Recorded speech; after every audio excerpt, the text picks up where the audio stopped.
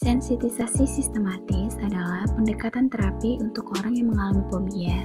Di dalamnya, terdapat kombinasi teknik relaksasi dan terapi paparan dimulai dari yang paling ringan. Beberapa manfaat lain dari melakukan systematic desensitization adalah mengurangi rasa cemas berlebih, meredakan gejala stres kronis, meningkatkan kualitas tidur, meredakan sakit kepala akibat fobia, meredakan nyeri otot, membuat nafsu makan normal kembali dan rasa takut lebih bisa dikendalikan. Untuk menerapkan teknik desensitisasi sistematis ini, saya dibantu salah satu saudara saya yang berperan sebagai konseli, yang mana nanti kita akan mengimplementasikan teknik ini dengan trauma yang ia alami. Jadi langsung aja, mungkin pertama kamu kenalan dulu, apa namanya siapa, terus umurnya berapa, atau kesibukan kamu sekarang kegiatannya lagi ngapain sih gitu. Halo, namaku Ita Julianti. Aku umurnya 13 tahun. Sekarang lagi di kelas berapa? Kelas 8 SMP. Oke. Jadi Wita sekarang lagi di kelas 8 SMP. Sekarang sekolahnya lagi belajar di rumah ya?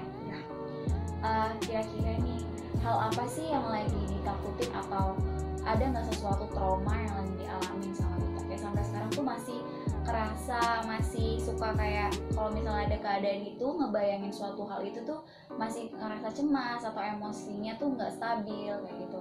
Ada perasaan yang nggak enak, ada nggak kira-kira? Kayaknya ada sih.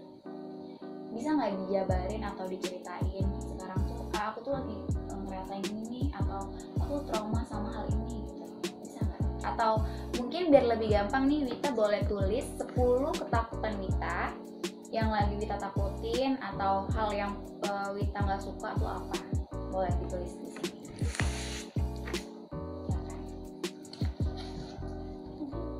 Ya, tulis. Jadi di sini Wita sudah nulis 10 ketakutan yang Wita takutin. Yang pertama itu ada takut kecoa, takut petir, takut mati lampu, takut ketinggian, kedalaman, takut dimarahin katanya. Terus takut gempa, takut kebakaran, takut hewan kelabang, dan jadi korban bullying. Kenapa nih? Dari ini tuh nomor 10 adalah hal yang paling ditakutin sama Wita. Di sini dia takut menjadi korban bullying. Emang ada apa sih dari kasus ini? Kenapa takut sama korban bullying? Apa Wita udah pernah jadi korban bullying sebelumnya? Pernah sih. Kapan? Pas masih TK. Pas TK udah pernah jadi korban bullying? Ya. Dalam jangka waktu berapa lama jadi korban bullying? Udah cukup lama atau cuma pas baru masuk TK, atau dari sepanjang sekolah di TK masih terjadi korban bullying itu? Baru gitu lah. Oh, baru masuk sekolah TK ada korban bully. Kira-kira dari kasus korban bully itu apa yang Wita rasain? Kalau seandainya sedih nggak sih kalau lagi mikirin keadaan itu atau ngebayangin keadaan itu, ada hal sesuatu yang emosinya tuh gimana sih gitu? Kayak emosinya tuh kayak meningkat aja gitu. Oh, emosinya meningkat jadi nggak karuan, cemas gitu ya. Dari 1 sampai 10, kecemasannya berapa untuk korban bully ini? Takut jadi korban bully itu berapa? Untuk 1 sampai 10. 1 tuh yang paling tidak cemas, sampai 10 tuh yang paling cemas banget. Kalau lagi keadaan itu aku cemas banget nih gitu. 8. Cukup tinggi ya kalau 8. Nah, jadi Wita ini takut jadi korban bully itu dalam skala 8. Jadi ini cukup tinggi banget. Kalau boleh tahu, kira-kira orang yang ngebully itu Wita kenal nggak? Kenal banget. Oke. Kalau seandainya saya suruh kamu untuk ngebayangin atau masuk ke keadaan itu lagi, kira-kira bisa nggak? Bisa sih. Coba deh, kamu bayangin, kamu rasain kalau seandainya kamu lagi di keadaan itu lagi, apa yang lagi kamu rasain? Hal apa yang kamu mau ungkapin?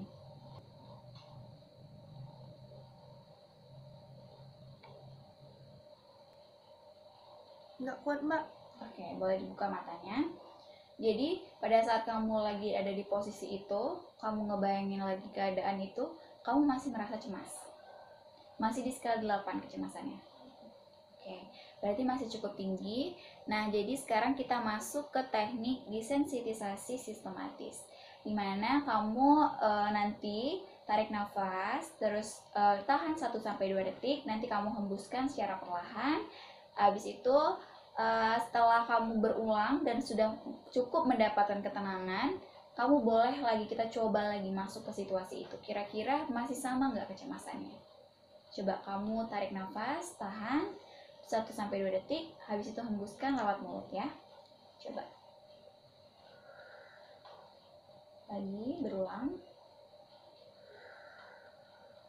Oke, sudah merasa nyaman? Sudah merasa tenang? Ya. Mungkin agar lebih tenang, kalau seandainya dari proses pernafasan itu masih kurang tenang, kita menggunakan teknik butterfly hug.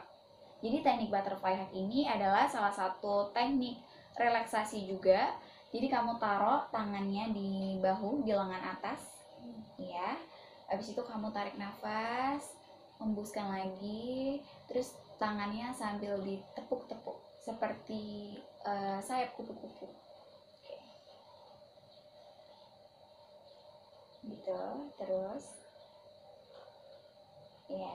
Kalau seandainya mau ditambahin kalimat yang kamu ngomong sama diri sendiri juga nggak apa-apa. Misal kayak gini, nggak apa-apa kok, itu tuh bukan kamu, kamu tuh nggak kayak gitu kok, itu nggak apa-apa. Kalau mau ditambahin hal-hal yang kalimat-kalimat positif yang pengen kamu sampaikan ke diri kamu untuk menguatkan diri kamu juga nggak apa-apa. Kalau misalnya ada ketenangan di situ gitu. Kalau cuma cukup tarik nafas itu sudah buat kamu tenang, itu nggak apa-apa. Coba lagi. Rasain, tutup matanya, benar-benar dirasain ketenangan itu. Tarik nafasnya, hembuskan lagi. Oke, sudah cukup tenang. Oke. Kalau seandainya saya suruh kamu untuk balik di keadaan itu lagi, bayangin lagi, kira-kira berapa skalanya? Coba kamu masuk lagi di keadaan kalau kamu jadi korban bully itu. Kamu bayangin,